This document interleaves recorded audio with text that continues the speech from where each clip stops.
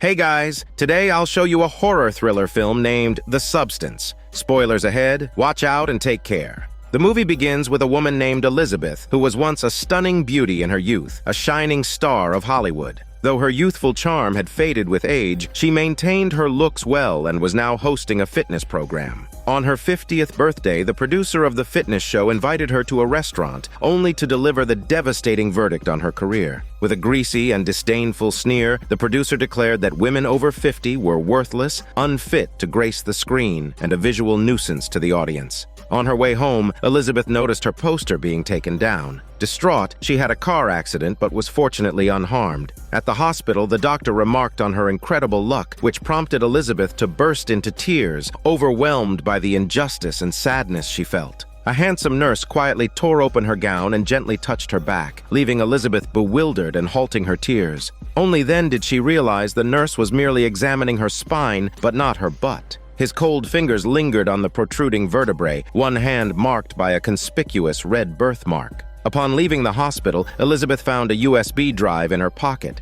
It bore the words, "The Substance" on one side and a phone number on the other, along with a note from the nurse saying this USB changed his life. Before she could make sense of it, an old acquaintance appeared to show off his hairstyle. Flashing an ingratiating smile, he praised her beauty, hastily scribbled his contact information, and handed her the note. When it fell into a puddle, he refused to rewrite it, simply picking up the dirty paper and shoving it into Elizabeth's hand, urging her to stay in touch. Back home, Elizabeth checked the USB contents. A video showed a mysterious substance being injected into an egg yolk, which then split into a fresher yolk. Even more astounding, the substance was shown to rejuvenate human bodies. Elizabeth dismissed it as absurd and threw the USB into the trash. However, after a lonely and humiliating night at a nightclub where younger women received all the attention, she retrieved the USB, called the number, and ordered her first batch of the substance. Shortly after making payment, an envelope arrived containing an access card. Following the instructions, Elizabeth found herself at a small iron door in a secluded alley. Inside, a long tunnel led to a large numbered locker. In her designated locker lay a package.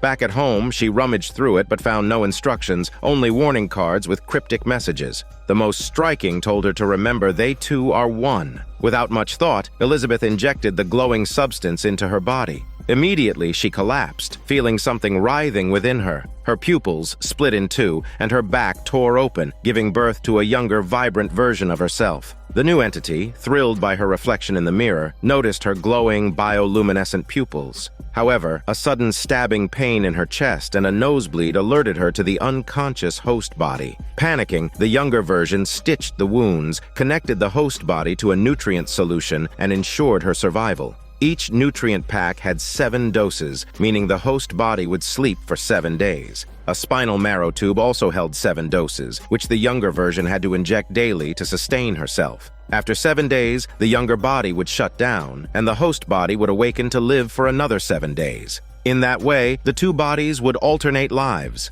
The younger version, naming herself Sue, discovered that the fitness show was hiring young hosts. Armed with her sultry figure and rosy lips, she easily secured the role. She lied about needing time off to care for an ailing mother in the countryside, proposing a ludicrous leave schedule. Surprisingly, the producer, captivated by Sue's value, agreed and even praised her filial piety. In just a few days, Sue graced magazine covers, dazzling audiences with her innate dance talent and breaking viewership records. 7 days later, Elizabeth awoke from her slumber, ravenous, and fried herself a double yolk egg. When she visited the program to resign, the producer had already packed her belongings, offering a perfunctory farewell gift. The next 7 days dragged on endlessly for Elizabeth, who eagerly awaited the switch. When the time finally came, Sue, now in control, accidentally discovered a hidden compartment behind the bathroom wall. She built a secret room to hide Elizabeth away, out of sight and out of mind. The renovations drew the attention of a nosy neighbor who knocked on the door, yelling profanities at Elizabeth.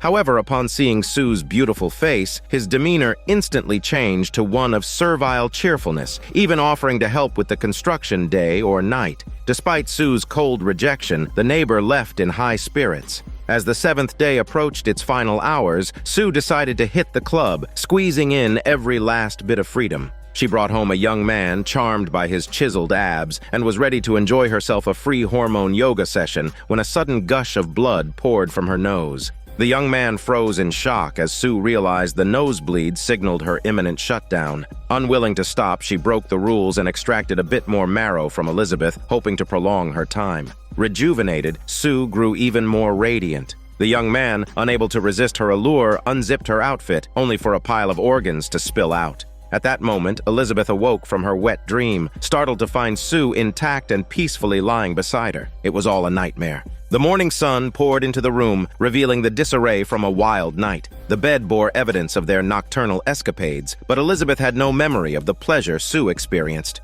Looking at her hand, she noticed one of her fingers had rapidly aged. Panicking, she called the mysterious substance's customer service for help. The representative explained that overuse of the substance had caused irreversible aging of the host body. Elizabeth protested, arguing that it wasn't her misuse, but Sue's actions beyond her control. The representative coldly reminded her that the warning clearly stated that they two are one. As such, Elizabeth was responsible for Sue's behavior. They offered the option to terminate the experience entirely, but no solution to reverse the damage. Just then, the neighbor knocked again. Through the peephole, Elizabeth saw his exaggerated smile. His behavior starkly contrasted his usual indifference toward her, reserved only for Sue. Fragments of Sue's memories flooded Elizabeth's mind, stirring a desperate desire to relive the adoration and attention. When she went to retrieve more of the substance, the sun's heat left her dizzy. She ducked into a cafe to rest, haunted by anxiety that someone might discover her secret. She noticed an elderly man with a red birthmark identical to the nurse's.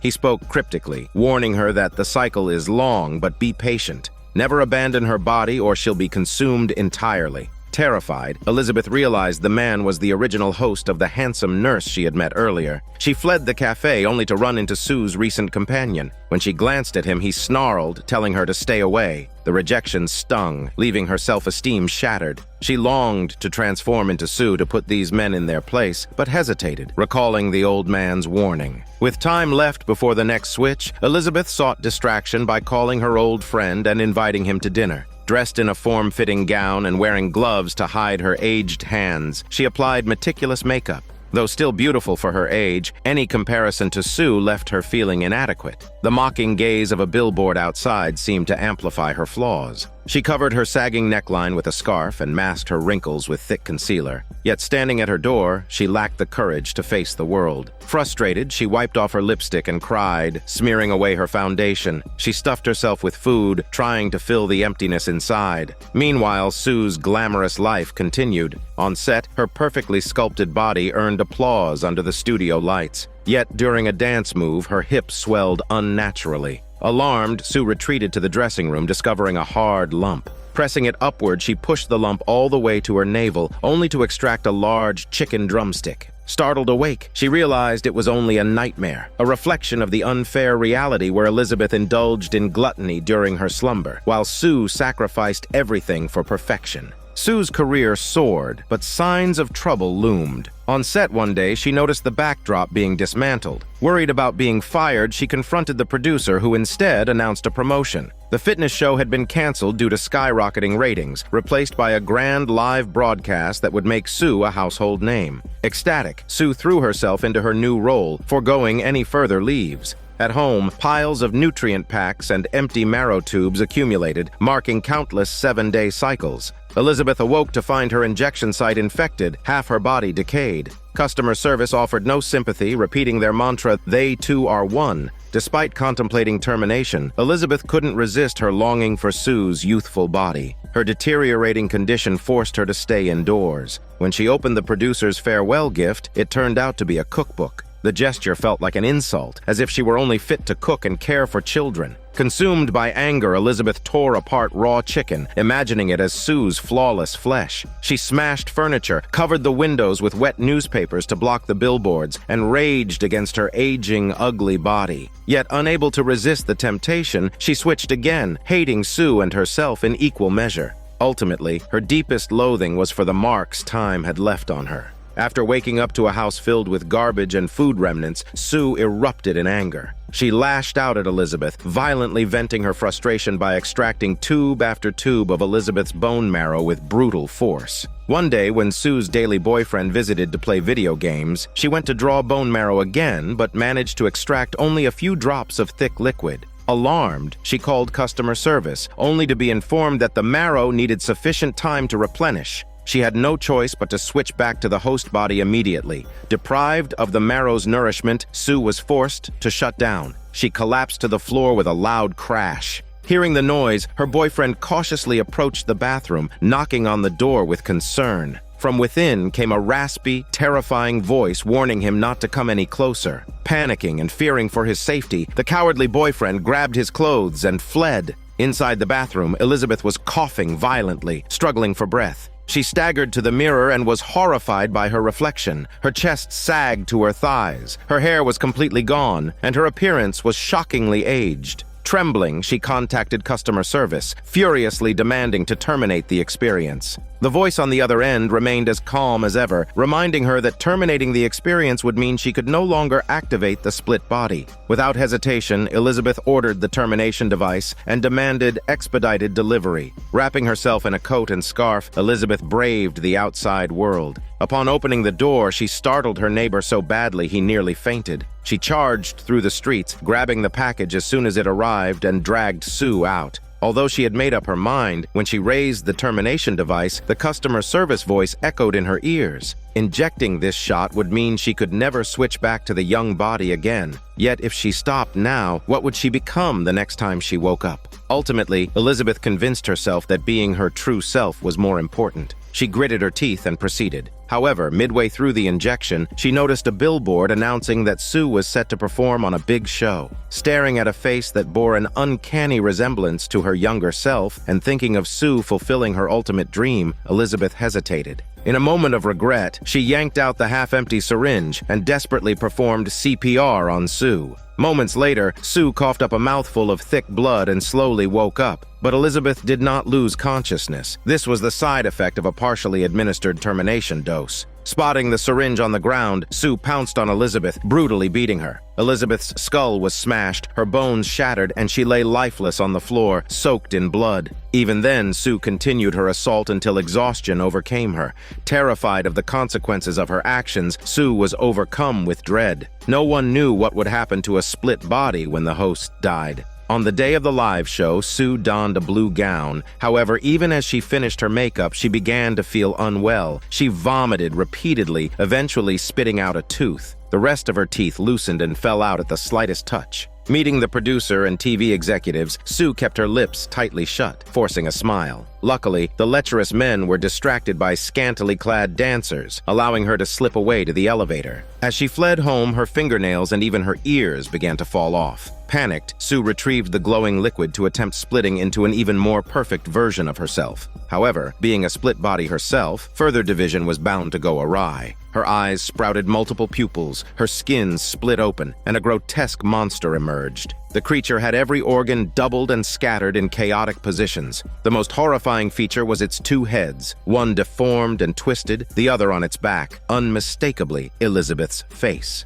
Elizabeth, unbothered by her monstrous form, insisted on attending the show. She donned the blue gown, her most expensive jewelry, and carefully styled a lock of hair. Dissatisfied with her appearance, she created a mask from an old photo of herself, even applying lipstick to the image. When she arrived at the show, the opening act had just begun. As the lights dimmed and the stage awaited its star, the creature shuffled into position. When the spotlight revealed her, nearby dancers froze in terror, and the audience glimpsed a masked figure. Suspicion arose until the mask slipped, exposing the grotesque face. Chaos erupted as the audience scrambled for the exits. Some courageous individuals charged the stage to attack the monster, decapitating one head only to have another grow in its place. Diabetic blood sprayed from the wounds, replicating endlessly like a fountain. Everyone nearby was drenched, creating a macabre and surreal scene. Eventually, the monster limped out of the studio and reached the red carpet, where it suddenly exploded. A single face crawled forward, stopping on a star engraved with Elizabeth's name.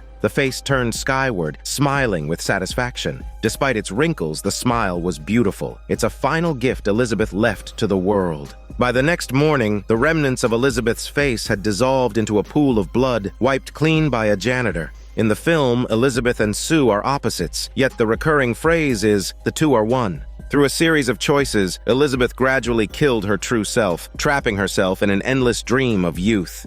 This is Daniel CC Movie Channel. Stay safe and enjoy your day.